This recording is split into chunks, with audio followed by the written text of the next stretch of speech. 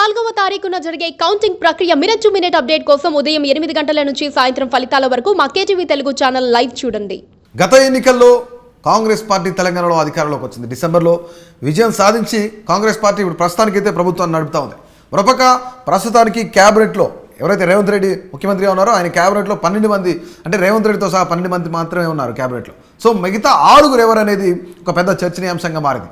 ఒక లోక్సభ ఎన్నికలు జరిగిన వేళ ఈ యొక్క రిజల్ట్ కోసం వెయిట్ చేసిన పరిస్థితి నెలకొంది. ఈ రిజల్ట్ తర్వాత క్యాబినెట్ని అట్ ద సేమ్ టైం అటువైపు పీసీసీ పదవిని కూడా భర్తీ చేసే అవకాశం ఉందని చెప్పేసి, వీటన్నిటిని కూడా ఫిల్ చేసే అవకాశం ఉందని చెప్పేసి ఒక పెద్ద చర్చ అయితే జరుగుతోంది. మరీ ముఖ్యంగా మనం చూసుకున్నట్లయితే ఇప్పుడు ప్రస్తుతానికి ఉమ్మడి జిల్లాల్లో మనం చూసుకున్నట్లయితే హైదరాబాద్ కానీ, రంగారెడ్డి, ఆదిలాబాద్, నిజామాబాద్కి సంబంధించి ఇంతవరకు కూడాను క్యాబినెట్లో ప్రాతినిధ్యం అనేది లేదు. సో ముఖ్యంగా ఈ యొక్క జిల్లాల నుంచి సామాజిక వర్గాల వారీగా సో ఖచ్చితంగా భర్తీ చేసే అవకాశం ఉందని చెప్పేసి చాలా క్లియర్గా కనిపిస్తూ ఉంది. మనం ఒకసారి చూసినట్లయితే హైదరాబాద్కి సంబంధించి కాంగ్రెస్ నుంచి ఒక్క ఎమ్మెల్యే కూడా గెలవలేదు కాబట్టి సో డెఫినెట్లీ హైదరాబాద్కి సంబంధించి ఒక్కలైనా సరే హైదరాబాద్ జిల్లాలో కానీ, రంగారెడ్డి జిల్లా కానీ వీటన్నిటిలో కూడా ఒక్కొక్క మంత్రినైనా ఉంచాలి, ఒక్కొక్కరినైనా క్యాబినెట్లో ఉంచాలని చెప్పేసి కొంతమేర భావిస్తున్న పరిస్థితి నెలకొంది.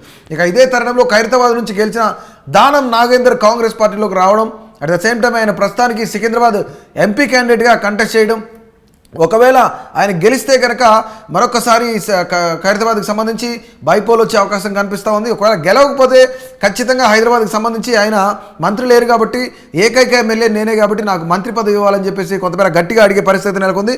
ఇక హైదరాబాద్లో బీసీ కోటా కింద మనం దానం నాగేందర్ ఈ యొక్క టికెట్ని అడిగే పరిస్థితి అయితే నెలకొంది. ఇక హైదరాబాద్ కోటాలో ముస్లింని మంత్రి చేయాలని ఒక పెద్ద చర్చ అయితే జరుగుతూ ఉంది. ముస్లిం మైనార్టీకి సంబంధించిన ఇంతవరకు ఒక్క ఎమ్మెల్యే కూడా హైదరాబాద్ జిల్లాలో గెలిచిన పరిస్థితి లేదు. సో ముస్లింకి సంబంధించి క్యాబినెట్లో ఒక్క మంత్రి కూడా లేరు కాబట్టి సో డెఫినెట్లీ జూబ్లీ హిల్స్ నుంచి పోటీ చేసి ఓడిపోయిన అజారుద్దీన్ కానివ్వండి, అట్ ద సేమ్ టైం నాంపల్ నుంచి పోటీ చేసిన ఓడిపోయిన ఎవరైతే ఉన్నారో ఫిరోజ్ ఖాన్ ఉన్నారో, వీళ్ళిద్దరిలో ఎవరో కొన్ని ముస్లిం మైనార్టీ కోటా కింద మంత్రిని చేయాలని చెప్పేసి కొంతమేర భావిస్తున్న పరిస్థితి నెలకొంది, క్యాబినెట్లోకి తీసుకునే పరిస్థితి నెలకొంది.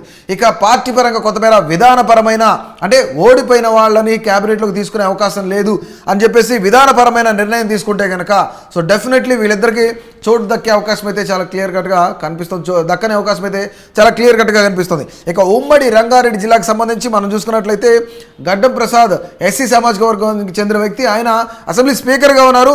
సో అక్కడ రంగారెడ్డి జిల్లా నుంచి ఆయన ఒక్కడే స్పీకర్గా ఉన్నారు కాబట్టి గెలిచిన వ్యక్తి మరొకరు ఉన్నారు. అక్కడ నుంచి ఇబ్రహీంపట్నం నుంచి మనం చూసుకున్నట్లయితే ఉమ్మడి రంగారెడ్డి జిల్లాలో మల్రెడ్డి అక్కడ నుంచి గెలిచిన పరిస్థితి నెలకొంది. ఇక ఇబ్రహీంపట్నానికి సంబంధించి ఆయన రంగారెడ్డి జిల్లాలో ఆయన మంత్రి పదవి రేసులో ముందున్నారు. అట్ ద సేమ్ టైం సామాజిక వర్గాల వారీగా చూసుకున్నా కూడాను వీటన్నింటినీ పరిగణలోకి తీసుకున్నా సరే రంగారెడ్డి జిల్లా నుంచి రెడ్డి సామాజిక వర్గానికి చెందిన వ్యక్తి ఎవరు కూడా క్యాబినెట్లో లేరు కాబట్టి డెఫినెట్లీ రంగారెడ్డిని సో డెఫినెట్లీ ఆయన మా క్యాబినెట్లో తీసుకునే అవకాశం చాలా క్లియర్ కట్గా కనిపిస్తుంది. ఇక ఉమ్మడి ఆదిలాబాద్ జిల్లాకు మనం చూసుకున్నట్లయితే గడ్డం వివేక్, అంటే చాలామంది ఒక 4 పోటీలో ఉన్నప్పటికీ కూడాను బలమైన వ్యక్తుల్లో గడ్డం వివేక్ ముందుంటారు సరే, కానీ గడ్డం వివేక్ కుమారుడు వంశీకృష్ణకు మాత్రం టికెట్ ఇవ్వడంతో, పార్లమెంట్ టికెట్ ఇవ్వడంతో గడ్డం వివేక్కి కొంతమేర క్యాబినెట్లోకి చేర్చుకునే పరిస్థితి అయితే చాలా తక్కువగా కనిపిస్తుంది.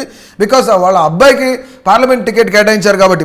మనం చూసుకున్నట్లయితే at the same time professor Kodandaram కూడా సో క్యాబినెట్లోకి వచ్చే అవకాశం చాలా క్లియర్గా కనిపిస్తుంది. ఉద్యమ నాయకుడు, ఆయన తెలంగాణ గురించి అన్ని విధాలా అన్ని పరిస్థితులు అధ్యయనం చేసిన వ్యక్తి. సో డెఫినెట్లీ కొంతమేర పబ్లిక్ అందరికీ దగ్గరగా ఉండే వ్యక్తి కాబట్టి, ఉమ్మడి ఆదిలాబాద్కి సంబంధించిన వ్యక్తి కాబట్టి సో డెఫినెట్లీ కోదండరామ్ని తీసుకునే అవకాశం కూడా క్లియర్ కట్గా కనిపిస్తూ ఉందని చెప్పేసి ఇక్కడ మనకు చెప్తున్న పరిస్థితి ఉంది. ఇక మంచిర్యాల ఎమ్మెల్యే ఇక్కడ గతంలో నుంచి కూడా చాలా బలంగా ఉన్న వ్యక్తి మంచిర్యాల ఎమ్మెల్యే ప్రేమ్ సాగర్ రావు. సో డెఫినెట్లీ ఆయన సీనియర్ నాయకుడు కాబట్టి ఆయనకి కూడా ఉమ్మడి ఆదిలాబాద్ నుంచి కొంతమేర క్యాబినెట్లోకి తీసుకునే ఛాన్సెస్ అయితే చాలా క్లియర్గా కనిపిస్తున్నాయని చెప్పేసి ఒక చర్చ అయితే జరుగుతోంది. ఇక మక్తల ఎమ్మెల్యే వాగటి శ్రీహరి కూడా ముదిరాజ్ సామాజిక వర్గానికి చెందిన వ్యక్తి కాబట్టి, బీసీ సామాజిక వర్గానికి చెందిన వ్యక్తి, ముదిరాజ్ బిడ్డ కాబట్టి సో కొంతమేర బీసీల్లో కేవలం 2 మాత్రమే ఉన్నారు కాబట్టి, ఒక పక్క నుంచి పొన్నం ప్రభాకర్, మరో పక్క నుంచి కొండా సురేఖ, వీళ్ళు మాత్రమే క్యాబినెట్లో ఉన్నారు కాబట్టి బీసీ సామాజిక వర్గానికి చెందిన సామాజిక వర్గాల వారీగా చూసుకున్నా, లేదంటే కొంతమేర జనాభా ప్రకారం చూసుకున్నా సో డెఫినెట్లీ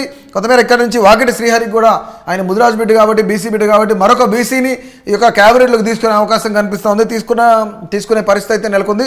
సో డెఫినెట్లీ మనం ఇక్కడ ఉమ్మడి నిజామాబాద్ జిల్లా చూసుకున్నట్లయితే బోధన ఎమ్మెల్యే అయినా సుదర్శన్ రెడ్డి కూడా రెడ్డి సామాజిక వర్గానికి చెందిన వ్యక్తులకి మరికొందరిని తీసుకోవాలని భావిస్తున్నప్పటికీ కూడాను సుదర్శన్ కూడాను ఇక్కడ రేస్లో ఉన్నట్టు మనకు తెలుస్తుంది. ఇక షబ్బీర్ అలీ అంటే ఇప్పుడు రాష్ట్రం మొత్తం కూడాను ముస్లిం మైనార్టీలకు సంబంధించి క్యాబినెట్లో చోటు లేదు కాబట్టి ఇక ఉమ్మడి నిజామాబాద్కి సంబంధించి చూసుకున్న జిల్లా మంత్రిగా పదవి ఇవ్వాలి, లేదంటే సో ఖచ్చితంగా ముస్లిం మైనార్టీకి సంబంధించిన ఏకైక వ్యక్తి కాబట్టి షబ్బీర్ అలీకి మంత్రి పదవి డెఫినెట్లీ ఉండే అవకాశం చాలా కనిపిస్తుంది అని చెప్పేసి ఒక చర్చ అయితే జరుగుతోంది. ఇక సీతక్కకి సామాజిక వర్గ ఎస్టీ సామాజిక వర్గానికి చెందిన వ్యక్తుల్లో సీతక్కకి ఆమెకి క్యాబినెట్లో చోటు దక్కింది కాబట్టి సో ఈసారి కొంతమేర లంబాడా సామాజిక వర్గానికి చెందిన వ్యక్తులకు సీతక్కకి యొక్క మంత్రి పదవి వచ్చింది, కానీ సో మరొకరికి కూడా ఇవ్వాలని చెప్పేసి ఒక చర్చ జరుగుతుంది. కానీ ఒకవేళ మంత్రి పదవి ఇచ్చే అవకాశం లేకపోయినప్పటికీ కూడాను రామచంద్ర నాయక్కి ఇప్పటికే విప్ ఇచ్చిన పరిస్థితి అయితే నెలకొంది. సో దాదాపుగా మనం చూసుకున్నట్లయితే మంత్రివర్గాన్ని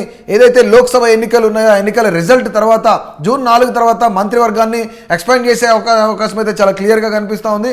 మంత్రివర్గ విస్తరణలో చాలా వరకు కూడాను కొంతమేర సామాజిక వర్గాల ఆధారంగా సో డెఫినెట్లీ ఈ యొక్క క్యాబినెట్ అయితే విస్తరించే అవకాశం చాలా క్లియర్ కట్గా కనిపిస్తుంది. అట్ ద సేమ్ టైం మిగిలిన వాళ్ళకి కొంతమేర పీసీసీ పదవుల కోసము లాబింగ్ చేసిన పరిస్థితి ఉంది.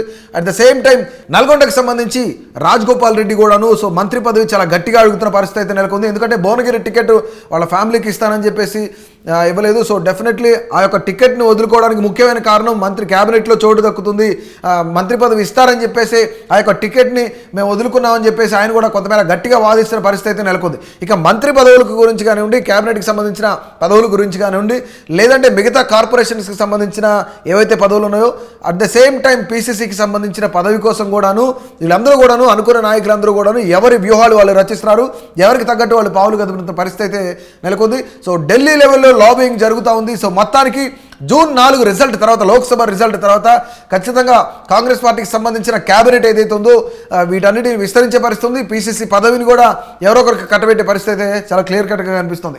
సో మీ అభిప్రాయాన్ని తప్పకుండా ప్రతి ఒక్కరు కూడాను ఎవరెవరు క్యాబినెట్లోకి వస్తే బాగుంటుంది, ముదిరాజ్ సామాజిక వర్గం లేదంటే ఇంకొక సామాజిక వర్గం లేదంటే బీసీ సామాజిక వర్గానికి చెందిన వాళ్ళు క్యాబినెట్లో ఎక్కువ ఉండాలా, ముస్లిం సామాజిక వర్గానికి చెందిన ఒకే ఒక్క వ్యక్తి షబ్బీర్ అలీ ఉన్నారు, ఆయన కూడాను క్యాబినెట్లోకి తీసుకుంటే బాగుంటుందా, లేదంటే ఫిరోజ్ ఖాన్ అజారుద్దీన్ లాంటి వ్యక్తులను క్యాబినెట్లో తీసుకుంటే బాగుంటుందా, లేదంటే పీసీసీ పదవికి ఎవరు అర్హులు, ఎవరిని పీసీసీ పదవికి కట్టబెడతారు, ఎవరికి కట్టబెడతారు అనేది కూడా ప్రతి ఒక్కరు మీ యొక్క అభిప్రాయాన్ని తప్పకుండా కామెంట్ చేయండి. Please do subscribe to. Please do subscribe to. Please do subscribe to. Please do subscribe to. Please do subscribe to. Please do subscribe to KTV Telugu. KTV Telugu. KTV Telugu. KTV Telugu. To KTV Telugu. KTV Telugu. Please do subscribe to KTV Telugu.